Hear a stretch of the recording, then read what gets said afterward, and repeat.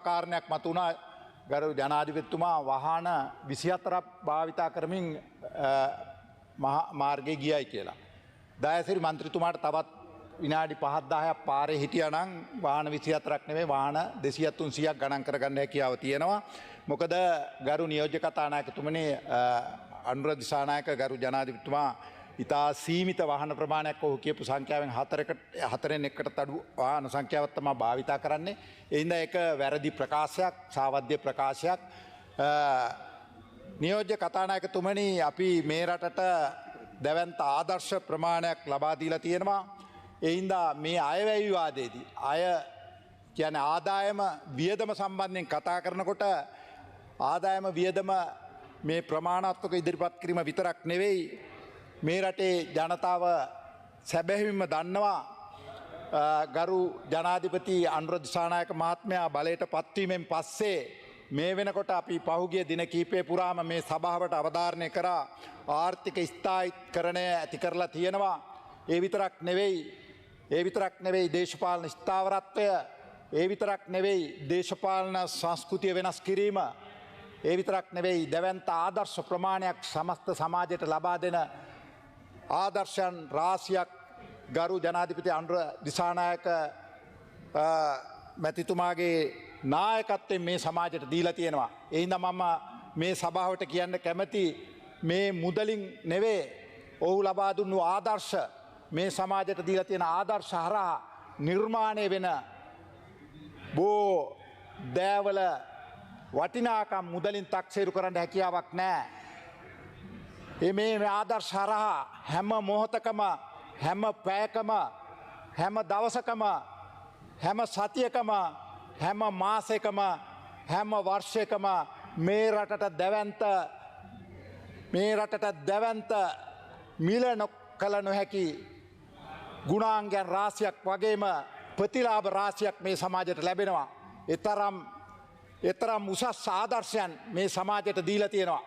මේ කෙටි කාලය තුල ගෙවි ගිය වසර තුල ඔහු ලබා දුන්න ආදර්ශයන්, ඔහු ලබා දුන්න නායකත්වය මේ හරහා මේ අයවැය ලේඛනයේ තියෙන මේ මුදල් නැත්තම් ආදායම් ප්‍රමාණය ඉක්මවා ගිය ආදායම් වගේම මිල නොකළ නොහැකි හර පද්ධතියක්, ගුණාංග පද්ධතියක් මේ සමාජයට ලැබෙනවා. මං අර කිව්වා වගේ හැම මොහොතකම මේ සමාජයට ඒ ගුණාත්මක භාවයන් එකතු වෙමින් තියෙනවා. ඒ හින්දා මේ අයවැය ලේඛනයේ සංඛ්‍යාවලින් විතරක් නෙවෙයි මේ රටට දුන්න මේ දැවැන්ත ආදර්ශය මං හිතන්නේ අනාගත පරපුරට ධන නිදානයක් වෙයි කියලා අපි විශ්වාස කරනවා. ගරු නියෝජ්‍ය කතානායකතුමනි, අපි දන්නවා ජනාධිපතිවරුන්ගේ වැය ශීර්ෂ කතා කරනකොට හැම වෙලාවෙම අපිට කතා කරන්න තිබුණේ වැය පාර්ශවය විශාල වශයෙන්. ඒකයි මං කිව්වේ ගරු රනිල් වික්‍රමසිංහ ජනාධිපතිතුමාගේ කාලේ බිලියන 40ක් වැය ශීර්ෂය, ඒකෙන් 7500ක් පර්යේෂණ සංවර්ධන කියලා වෙන් කරලා තිබුණා. කරපු පර්යේෂණෙකුත් නැහැ, කරපු සංවර්ධනෙකුත් නැහැ. එහෙමයි මුදල් වැය කරලා තියෙන්නේ. ඒ විතරක් නෙවෙයි අපි මේ සමාජයට ආදර්ශයක් දීලා තියෙනවා. ගරු ජනාධිපතිතුමා නීති ආධිපත්‍ය ස්ථාපිත කරලා තියෙනවා. ඔබ දන්නවා මේ රටේ හිටපු ජනාධිපතිවරු කොහොමද ඔවුන්ගේ වැය ශීර්ෂයන් භාවිතා කරලා පවත්වාගෙන ගියේ මොන වගේ දේවල්ද කියලා. ශ්‍රේෂ්ඨාධිකරණයේ තීන්දුව තියෙනවා මේ රට බංකොලොත් කිරීමේ ආර්ථික ඝාතක කවුද කියලා ජනාධිපතිවරුන් සම්බන්ධයෙන්.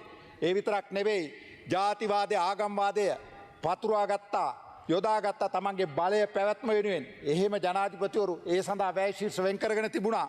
ඒ විතරක් නෙවෙයි සංවිධානාත්මක අපරාධ සහ මත්ද්‍රව්‍ය ජාවාරමට සම්බන්ධ වෙමින් ඔවුන්ට ආශිර්වාද කරපු ජනාධිපතිවරු ඒ සඳහා වැය ශීර්ෂ වෙන් කරගෙන තිබුණා. ඒ හින්දා මං හිතන්නේ අල්ලස දූෂණය වංචාව සම්බන්ධයෙන් කටයුතු කරපු ජනාධිපතිවරු හිටියා. හැබැයි අපි ආදර්ශමත් ජනාධිපතිවරයෙක්, මේ රටට ආදර්ශයන් සපයන ජනාධිපතිවරයෙක් මේ රටට අද නායකත්ව දෙනවා. ඒ හින්දා ගරු නියෝජ්‍ය කතානායකතුමනි, මං හිතන්නේ මේ රටට දීලා තියෙන ඒ ආදර්ශෙම ඇති, මේ රට අනාගත පරපුරට දුන්නු මේ ආදර්ශෙම ඇති දේශපාලන සංස්කෘතිය වෙනස් කරලා තියෙනවා. කිසිවෙකුත් නෑදෑයෝ, හිතවතු, මිත්‍රයෝ කාර්ය මණ්ඩලවල නෑ. ඒ විතරක් නෙවෙයි අමාත්‍ය මණ්ඩලය 25ට අඩු කරා.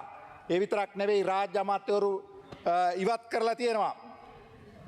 ඒ විතරක් නෙවෙයි ගරු නියෝජ්‍ය කතානායකතුමනි, රනිල් වික්‍රමසිංහ මහත්මයා ජනාධිපති කාලේ උපදේශකවරු 39ක් හිටියා. උපදේශකවරු 39ක් කෝටි ගණන් මුදල් ඒ වෙනුවෙන් වැය කරා. විශේෂයෙන් ඔවුන් උපදේශකවරුන් හැටියට පත් කරගත්තේ තමන්ගේ පක්ෂයේ මැතිවරණයට ගිහිල්ලා පරාජය වූ පුද්ගලයන්.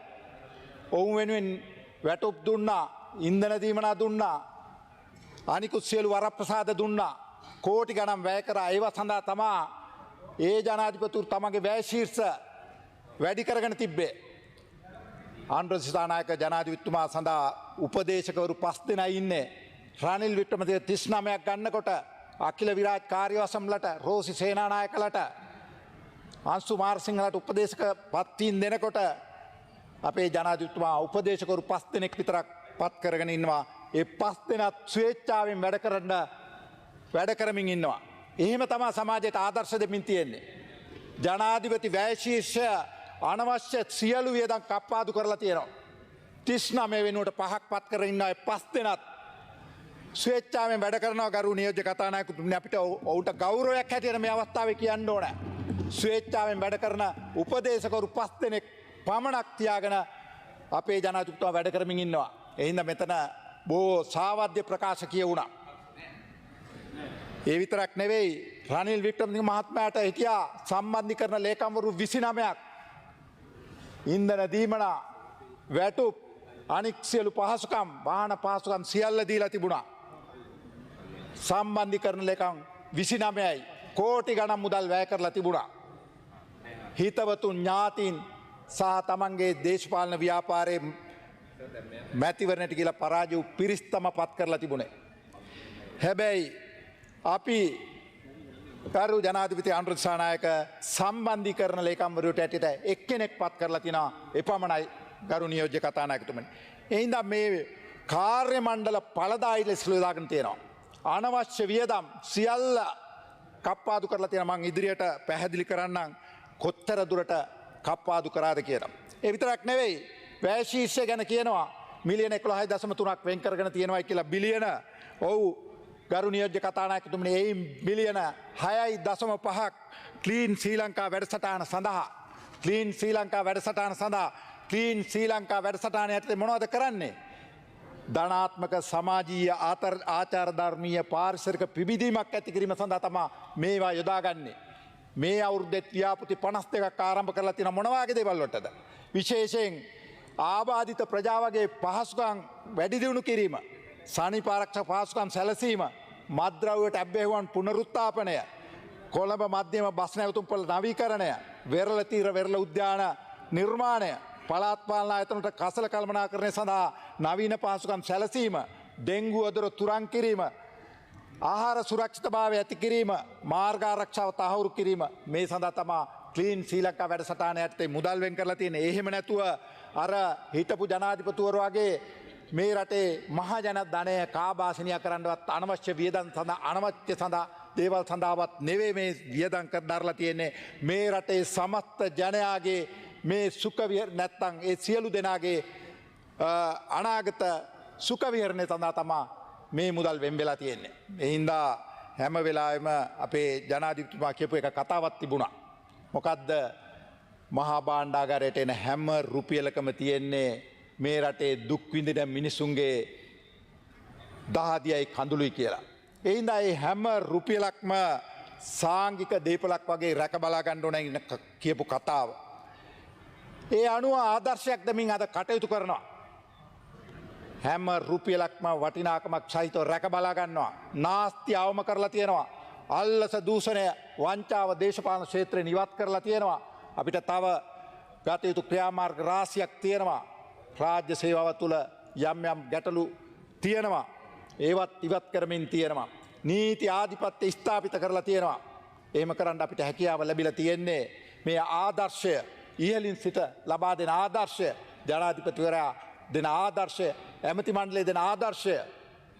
බොහෝ වියදම් කප්පාදු කරලා මේ කප්පාදු කරාට ඒ වියදම් කප්පාදු කිරීමෙන් කිසිදු ආකාරයක ඵලදායිතාවයට හානියක් සිද්ධ වෙන කිසිදු පියවරක් කරන්නේ ජනාධිපති කාර්යාලයත් ඊට අනුබද්ධ සියලු ආයතනත් මේ වෙනකොට ඉතා කාර්යක්ෂම ඵලදායී ලෙස සේවය යොදවලා තියෙනවා. ඒ හින්දා අපි මේ වෙලාවේ ගරු නියෝජ්‍ය කතානායකතුමනි බොහෝ අයගේ සාවද්‍ය ප්‍රකාශවලට සැලිය යුතු නැහැ කියලා තමයි මා විශ්වාස කරන්නේ.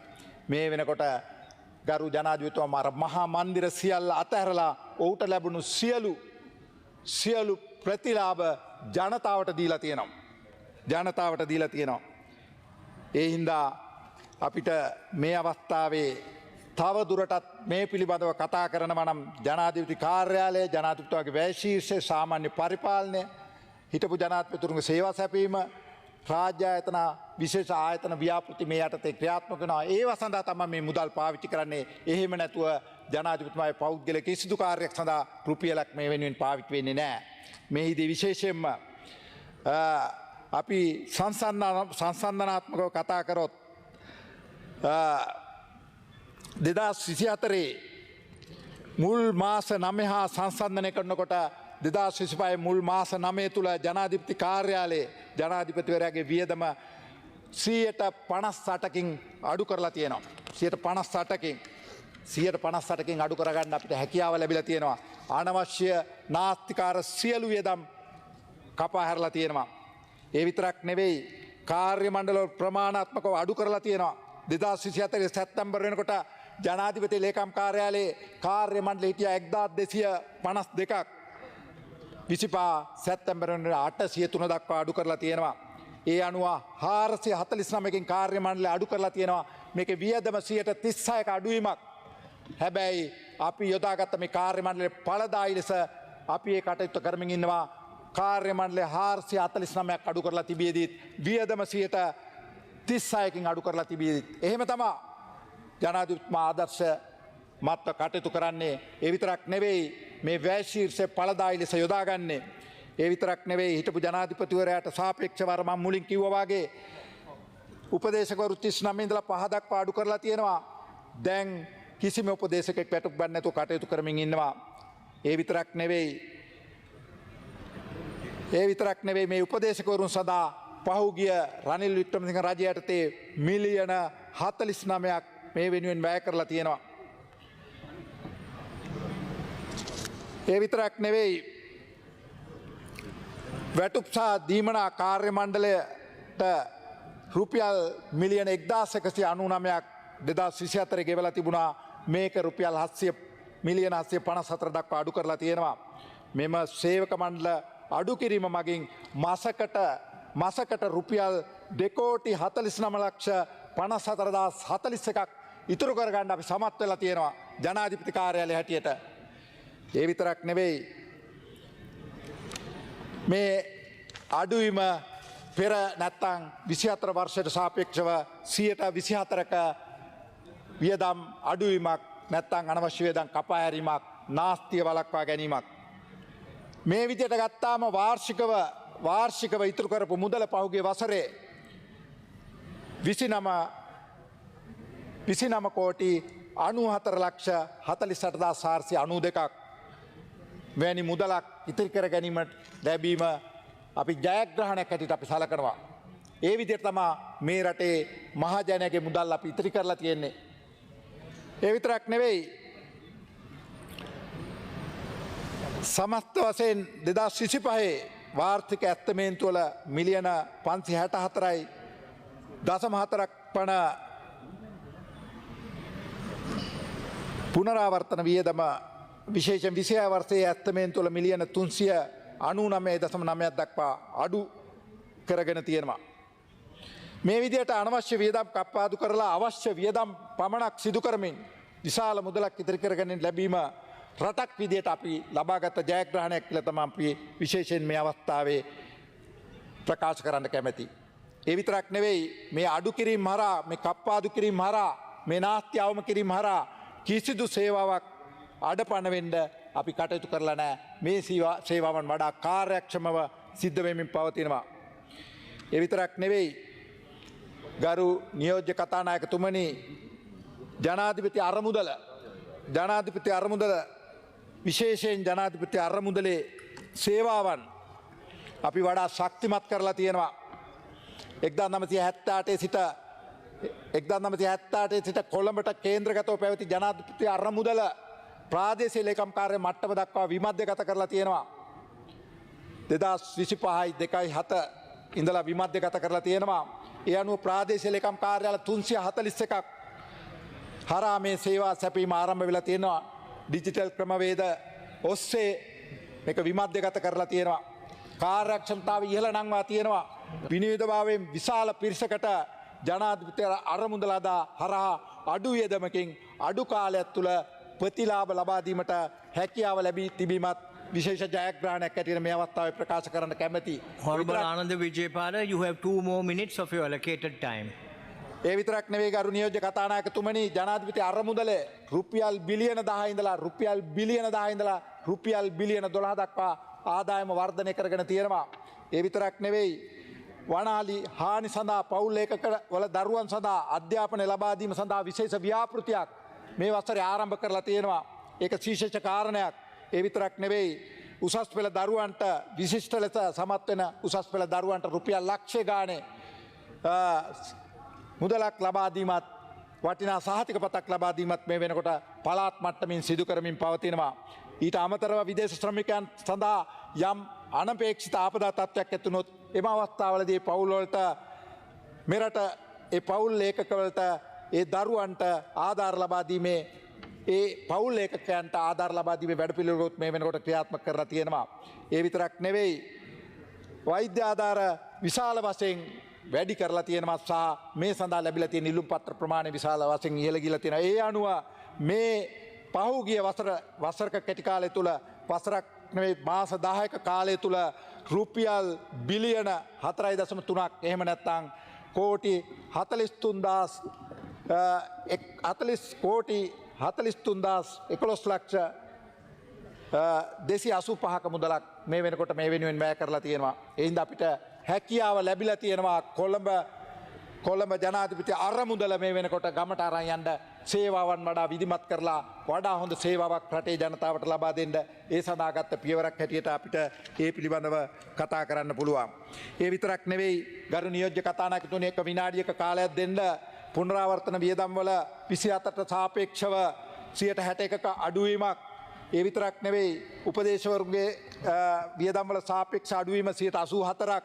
ඒ විතරක් නෙවෙයි දේශීය ගමන් ආසා විදේශීය ගමන් වියදම් වල අඩුවීම 83ක්.